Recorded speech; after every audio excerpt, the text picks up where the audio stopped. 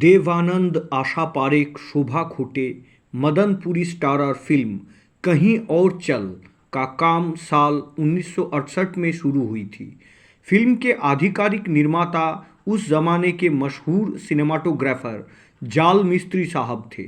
कहानी विजय आनंद ने लिखी थी। संगीत शंकर जयकिशन ने दिया था।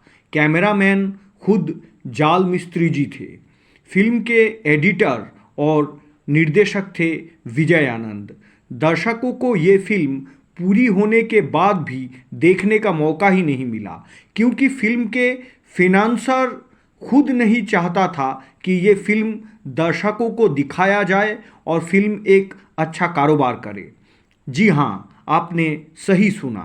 फिल्म के फिनांसर नहीं चाहते थे कि फिल्म रिलीज़ हो और ठीक से चले, क्योंकि उसका इरादा फिल्म बनाना और दर्शकों को दिखाने का नहीं था। कहीं और चल फिल्म बनाने के पीछे की कहानी देश की सबसे बड़ी धोखाधड़ी की घटनाओं में से एक है। प्रसिद्ध फिल्म निर्देशक, अभिनेता और द लेजेंड देवानंद के भाई विजय आनंद के ऊपर लेखिका अनीता पाध्याय द्वारा लिखित पुस्तक एक होता गोल्डी में ये फिल्म के बारे में बहुत कुछ बताया गया है। हालांकि इस फिल्म के आधिकारिक निर्माता या ऑफिशियल प्रोड्यूसर प्रसिद्ध कैमरामैन जाल मिस्त्री जी थे, लेकिन फिल्म के असली फिनांसर या निवेशक टोलाराम जालान थे। एक कहानी के साथ एक अच्छे निर्देशक द्वारा एक अच्छी फिल्म बनाना और उसे फिल्म प्रेमियों के सामने पेश करने का उनका इरादा ही नहीं था। टोलाराम जालान की मंशा सरकार को बिजनेस में घाटा दिखाकर इनकम टैक्स चोरी करने की थी। इसी नापाक मंशा से उन्होंने इस फिल्म में काम करने के लिए देवानंद और आशा पारेख जैसे बड़े सितारे को अनुबंधित किया। शंकर जयकिशन, जो उस समय कामयाबी के शिखर पर थे, उनको संगीत के संचालक के रूप में लाया गया था और विजय आनंद को निर्देशक के रूप में अनुबंधित किया गया था। टोलाराम ने ऐसा इसलिए किया ताकि फिल्म कहीं और चल को सचमुच सरकार को एक बिग बजट के इन्वेस्टमेंट के रूप में दिखाया जा सके। विजय आनंद ने सोचा था कि वो इस फिल्म को गाइड की तरह अब तक की सर्वश्रेष्ठ क्लासिक हिंदी फिल्म बनाएंगे, लेकिन टोलाराम जालान एक और खेल खेलना चाहते थे। फिल्म का काम आगे बढ़ने के बाद टोलाराम जालान अचानक फिल्म में शामिल सभी टेक्नीशियंस को भुगतान करना बंद कर दिया।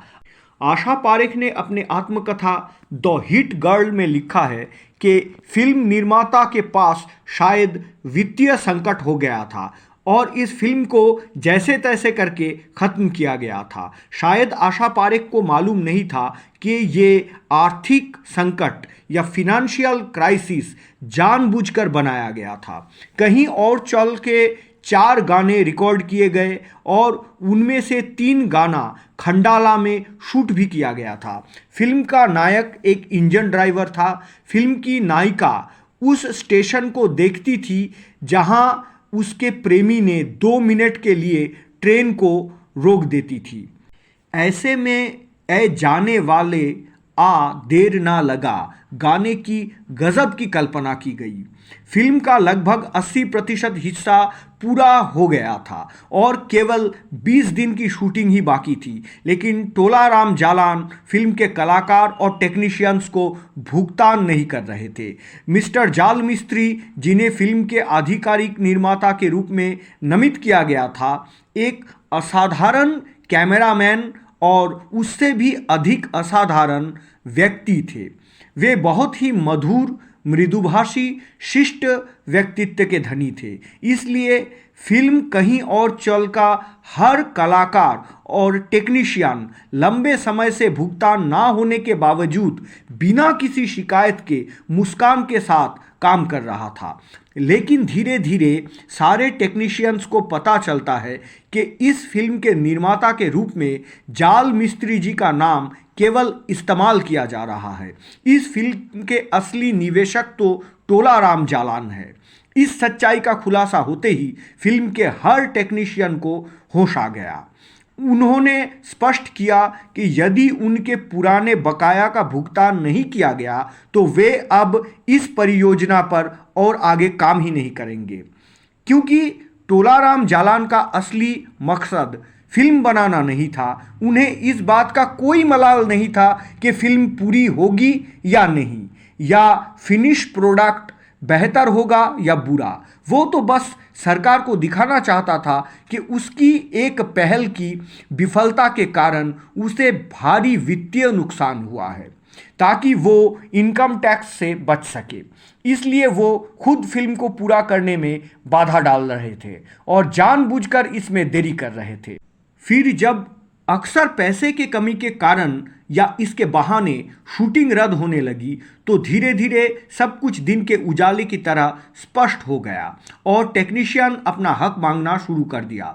शंकर जयकिशन ने विजय आनंद के घर जाकर उनसे कहा, गोल्डी जी, हम आपके बातों के अनुसार 4 गाने पहले ही रिकॉर्ड कर चुके हैं, लेकिन मैंने आपसे 1 पैसा कभी नहीं मांगा।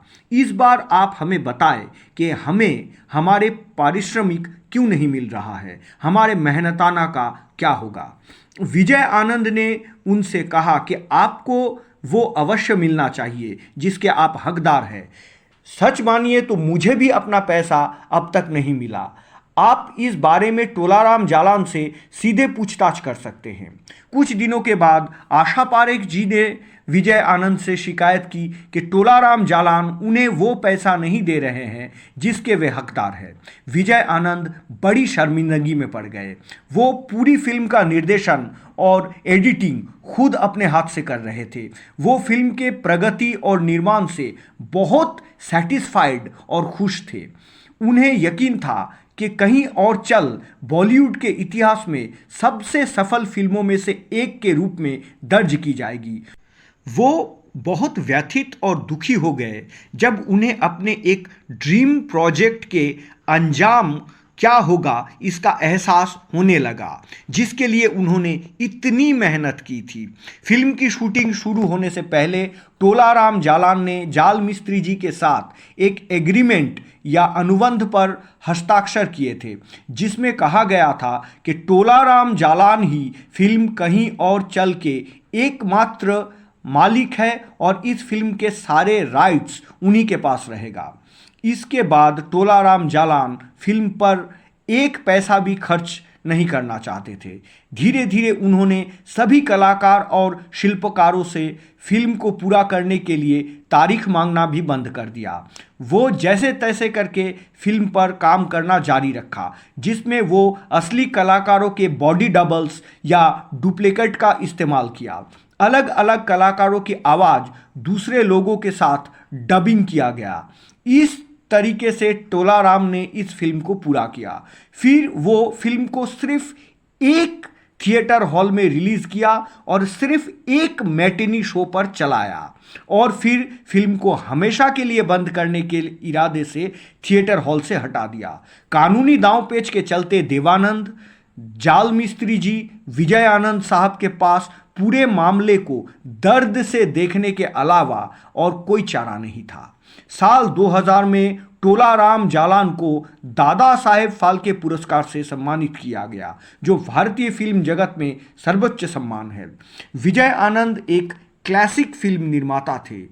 उसका एक महान प्रयास केवल फिनांसर के निम्न उद्देश्य या हीन मंशा के कारण ही व्यर्थ हो गया। कहीं और चल के अंजाम के दर्द ने विजय आनंद को पूरा जीवन भर सताया था। फिल्म कहीं और चल को अभी आज के ज़माने में कम से कम YouTube के प्लेटफॉर्म पे तो रिलीज़ कर देनी चाहिए, ताकि सारे फिल्म प्रेमी इस क्लासिक्स का लुत्फ़ उठा सके।